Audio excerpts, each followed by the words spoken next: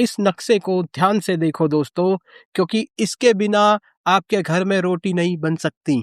वो इसलिए क्योंकि आपके घर में जो गैस सिलेंडर रखा है जिससे आप खाना बनाते हैं वो यहीं से आता है।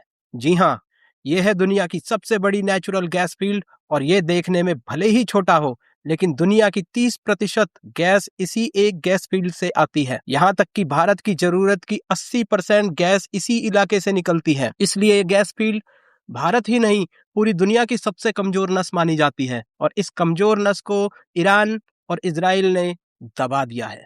जी हाँ, और ये कितनी बड़ी बात है इसका अंदाजा आप इससे लगाइए कि पूरी दुनिया के तो पसीने छूट ही रहे हैं, साथ ही डोनाल्ड ट्रंप जो कि किसी की नहीं सुनते खुद ईरान से गुहार लगा रहे हैं कि प्लीज यहाँ पर हमला मत करो। बदले में अमेरिकी सेना भी तुम्हारे जो कच्चे तेल या गैस की यहाँ पर जितनी भी फील्ड्स हैं उन पर हमला नहीं करेगी। और ट्रंप तो यहाँ तक कह रहे हैं कि मैं इजराइल को भी तुम्हारे कच्चे तेल के भंडार पर हमला नहीं करने दूंगा। इससे आप अंदाजा लगाइए कि ये ट्रंप के लिए भी कितनी बड़ी बात है कि ट्रंप जैसा घमंडी आदमी भी झुक गया। लेकिन ये पूरा मामला है क्या और इस पर ईरान के साथ साथ इजराइल हमला क्यों कर रहा है, इस चीज को आसान भाषा में समझते हैं। लेकिन पहले इस इलाके को थोड़ा मैप में समझते हैं। देखिए, ये जो गैस फील्ड है ना, ये दुनिया की सबसे बड़ी गैस फील्ड है और यहाँ अभी भी 51 ट्रिलियन क्यूबिक मीटर गैस है जमीन के अंदर। ये इतनी बड़ी मात्रा है कि भारत की 800 साल की जरूरत ये गैस फील्ड अकेले पूरी कर सकता है। लेकिन ये पूरी फील्ड किसी एक देश की नहीं है, बल्कि ये दो हिस्सों में बटा हुआ क्षेत्र है। आधा हिस्सा है ईरान का, आधा हिस्सा है कतर का। कतर वाले हिस्से को कहा जाता है नॉर्थ डोम और वहीं जो ईरान वाला हिस्सा है उसे कहा जाता है साउथ पार्स। दोनों ने अपने अपने इलाके में नेचुरल गैस निकालने के लिए प्लांट लगा के रखे हुए हैं। अब हुआ ये कि कल अचानक से इजरायली लड़ाकू विमानों ने साउथ पार्स पर हमला बोल दिया।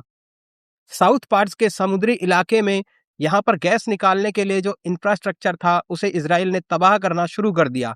इससे ईरान को गुस्सा आ गया और ईरान ने बदला कैसे लिया कतर से, उसने कतर के ऊपर हमला किया, कतर की गैस फील्ड के ऊपर हमला किया, क्योंकि कतर अमेरिका का अलाई है।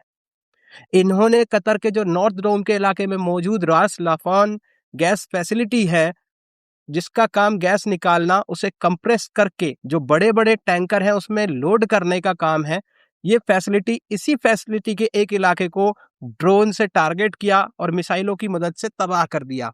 इजराइल ने ये इतना बड़ा हमला किया था कि कुछ घंटों के लिए रॉस लपान को बंद कर दिया गया, बल्कि ये कहिए कि पूरा एक दिन लगा यहाँ पर आग बुझाने में और आज सुबह तक ये पूरा प्लांट बंद था। इस वजह से दुनिया भर में गैस की सप्लाई को लेकर संकट खड़ा हो गया और ये भी खतरा था कि कहीं इस प्लांट को ज्यादा नुकसान ना हो जाए जिससे कि दुनिया भर में गैस का संकट खड़ा हो सकता था।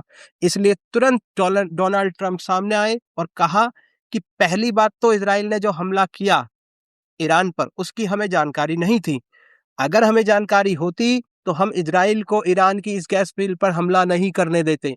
लेकिन मैं ईरान को खुद ये आश्वस्त करना चाहता हूं कि आपको किसी भी गैस फील्ड पर या ऑयल फील्ड पर अब हमला नहीं किया जाएगा, बदले में आप भी कतर पर हमला नहीं करोगे।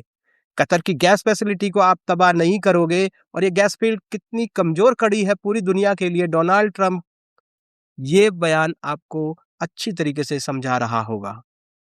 लेकिन ईरान की तरफ से चेतावनी आई है। ईरान ने कहा है कि हमारे गैस फील्ड की बात तो छोड़ ही दीजिए, अब की बार किसी कच्चे तेल के कुएं पर भी हमला हुआ ना, अब की बार किसी कच्चे तेल के कुएं पर या कच्चे तेल को स्टोर करने की फैसिलिटी पर एक छोटा सा भी हमला हुआ तो हम कतर की पूरी नॉर्थ डोम को उड़ा देंगे। यहाँ पर जितने भी गैस निकालने के संसाधन हैं सब तबाह कर दिए जाएंगे।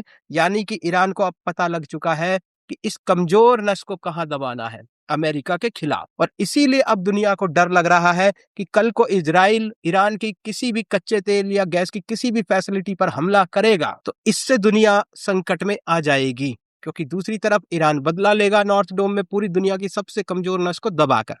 इसलिए ये जो पूरा घटनाक्रम हुआ है पिछले 24 घंटों में, ये ईरान के लिए एक बड़ी जीत है। वहीं ट्रंप के लिए एक बहुत बड़ा संकट खड़ा करता दिख रहा है, क्योंकि मान लीजिए ईरान एक और हमला करता है तो ऐसी स्थिति में पूरी दुनिया का बहुत भयंकर दबाव अमेरिका पर आएगा, डोनाल्ड ट्रंप पर आएगा इस युद्ध को खत्म करने के लिए। क्योंकि दुनिया का कच्चा तेल कहीं और से लेकर काम चला सकती है, लेकिन गैस कहाँ से लाएगी? गैस तो यहीं से आती है 30%, कहीं और से निकलती नहीं है। इसलिए दुनिया इस पर हद से ज्यादा निर्भर है। यही वजह है कि ट्रंप अब इसका समाधान निकालने की कोशिश में है, लेकिन क्या वो ऐसा कर पाएंगे?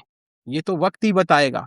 फिलहाल ईरान के हाथ में तुरुप का इक्का आ गया है और उसे ये भी पता है कि इस इक्के को कब इस्तेमाल करना है अमेरिका के खिलाफ।